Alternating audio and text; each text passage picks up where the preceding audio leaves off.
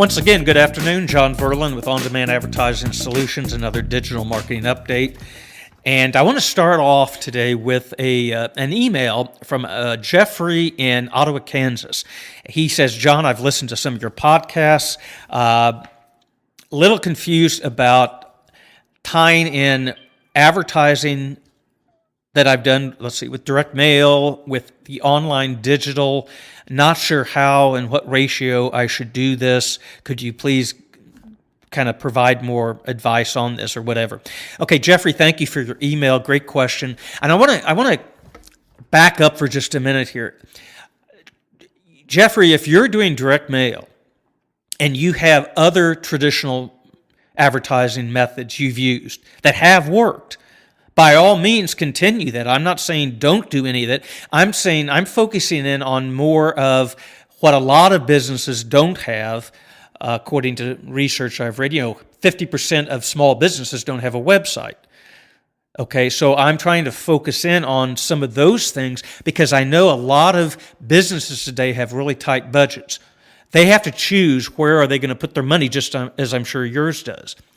So, if you're using direct mail and that's working well, that is great. But there are some basics in my mind that all businesses need to cover, and that is an online presence somewhere. Some people maybe just have a Facebook business page. That's great. You can advertise on Facebook. You can advertise in print, TV, radio, and direct people to your Facebook page, I would imagine.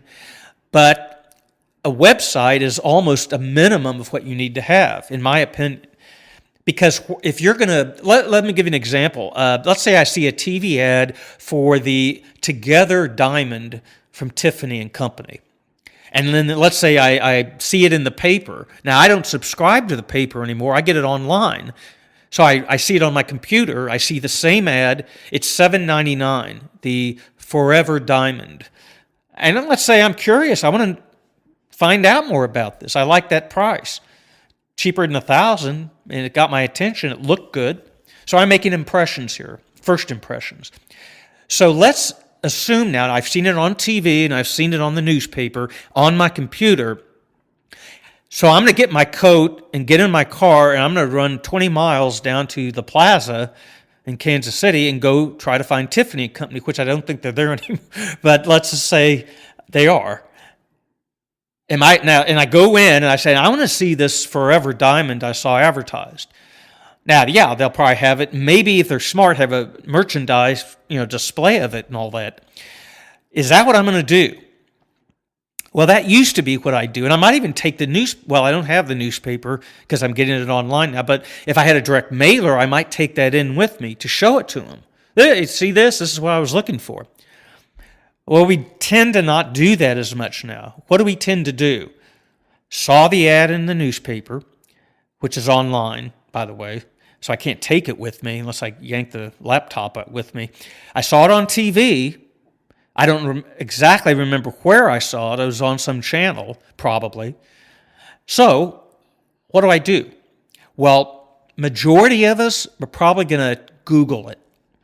Or we're going to go to the Tiffany & Company website, and they probably will have it featured because they're spending money on their advertising to feature this. So, yeah, that makes sense. They're going to go ahead and do that. So I'm probably going to go online to research it first. And I might even, as I have been doing more lately, just pull up my phone and go, hey, Google, the Tiffany Forever Diamond.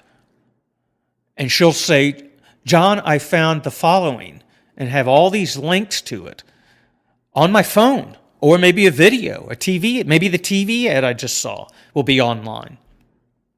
So now I just click on a couple of those links, and now I'm learning more about the product that I saw on TV and in the newspaper. Now, as I read more about it, and they describe this Forever Diamond, it is a 1/4 carat, but it's actually 3/4 carat, but it's looks like a carat. It's gorgeous, and they describe it. They show other images of it.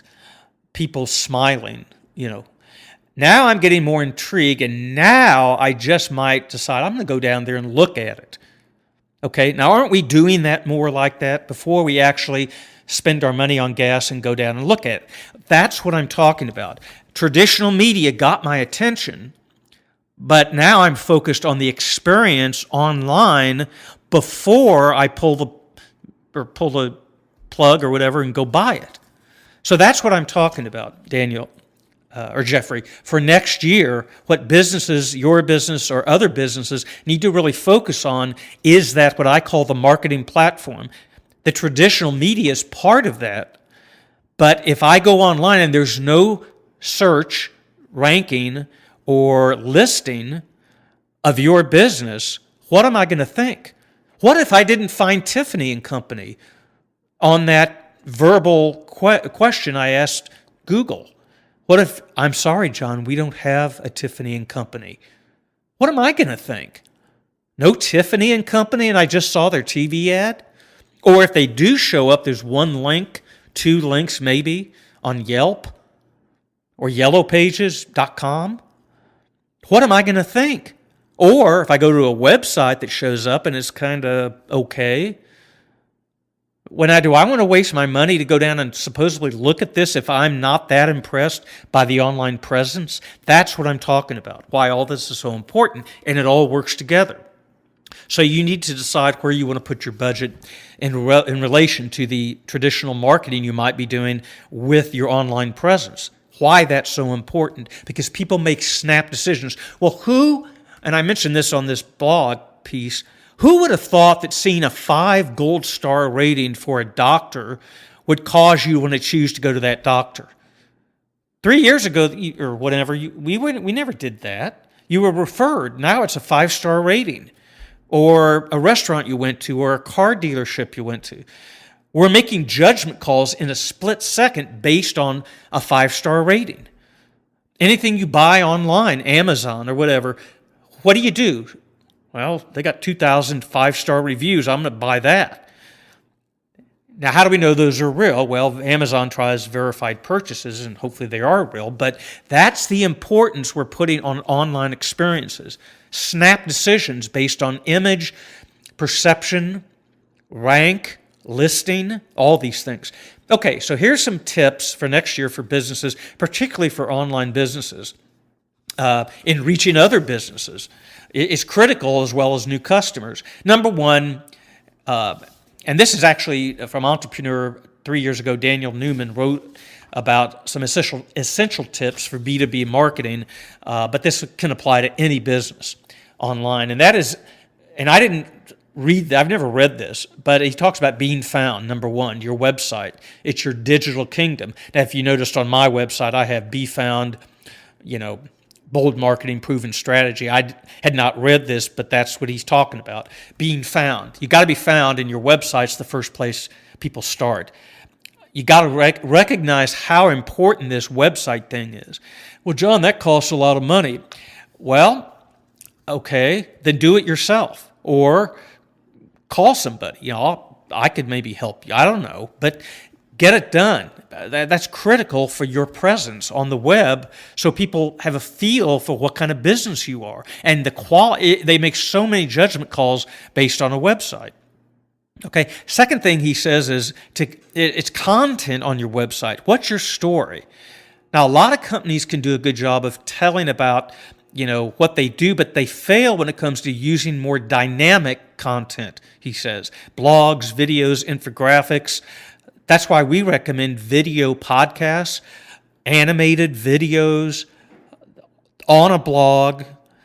If you look at my site, you're going to see content all over it, all over my blog. It's part of what he says on how you tell a story. Customers respond to relevant information and education. Products and services come later. And if you haven't already, begin telling your story in these various formats. The more often you tell it, the more likely your story is going to be heard. Repetition. And the web and blogs and this new rich video and rich content allow you to share your story, your expertise, ongoing, constant. Number 3, he talks about search engine optimization basics. It's really a regular stream of high quality and relevant content as well as social media to boost authority and visibility. And he comments on this, and this is important too. Social media typically gets pushed aside, but a study was shown that 7 of the 8 search engine optimization factors are tied directly to social activity.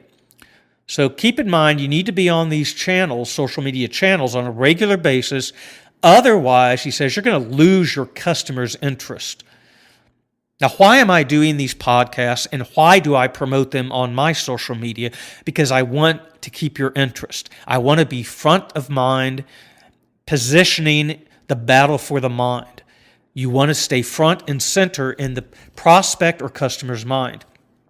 Speaking of social media, he talks about if you use, and you should use, social media to get your message out, figuring your audience online. What kind of voice do you have? What are they seeing about you? You can go to your industry competitors and see what they're doing on social media to try to figure out some of this and what they're doing to get a voice. But every business has their own voice with their audience as you develop and build it, your fan base, so to speak. Figure out what yours is going to be. Are you going to be sweet and cutesy? Are you going to be intelligent or arrogant? Or, what kind of voice are you going to have in presenting your information? Being seen is the next point he brings up, number 5. He talks about social media connecting your ideas with the world, and there's no better way to do it than through social media. It can be a great way to boost your company's visibility online, but make it highly useful and targeted, and make sure it's of interest to people you want to connect with. Doesn't have to be perfect, but make it of interest and consistent. Now, he talks about the next point, paid media, placing content in the right spots. Okay, it all comes down to your budget. Yes, you can go on and buy Facebook ads, Twitter ads, Google AdWords. You got to factor that into your traditional media buys as well. But it's all about testing when it comes to paid media. All marketers test, whether it's a TV ad, focus groups, whatever. It's test, and retest. You're like a scientist. You got to find that proven. You got to find the 2,000 filaments that Thomas Edison went through to find the one that created the light bulb. It's testing constantly. And then he talks about upcycling content. Create a slide share, recap an article in a video, put it on YouTube, build an infographic, expand it to a white paper, syndicate it to industry trade publications. Some other ways, you can reblog a blog post from a week ago or a month ago. Ways to upcycle that content to increase your visibility and reach. And finally, he talks about social selling, moving consumers through the funnel.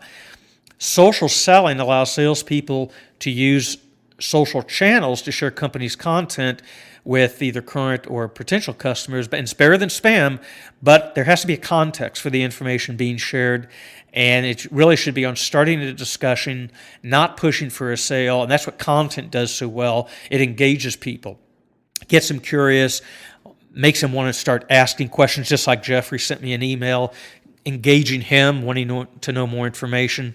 And lastly, I want to just throw out there, go to chamber meetings, join the chamber, get business cards made. I mean, these are common sense things, but this extends your brand. It extends it further than just online, traditional media. You're doing everything possible to build your business, and it all has to work together. John Verlin, 12 at AT&T.net. Websites ondemandadvertisementsolutions.com, and we'll talk to you next week.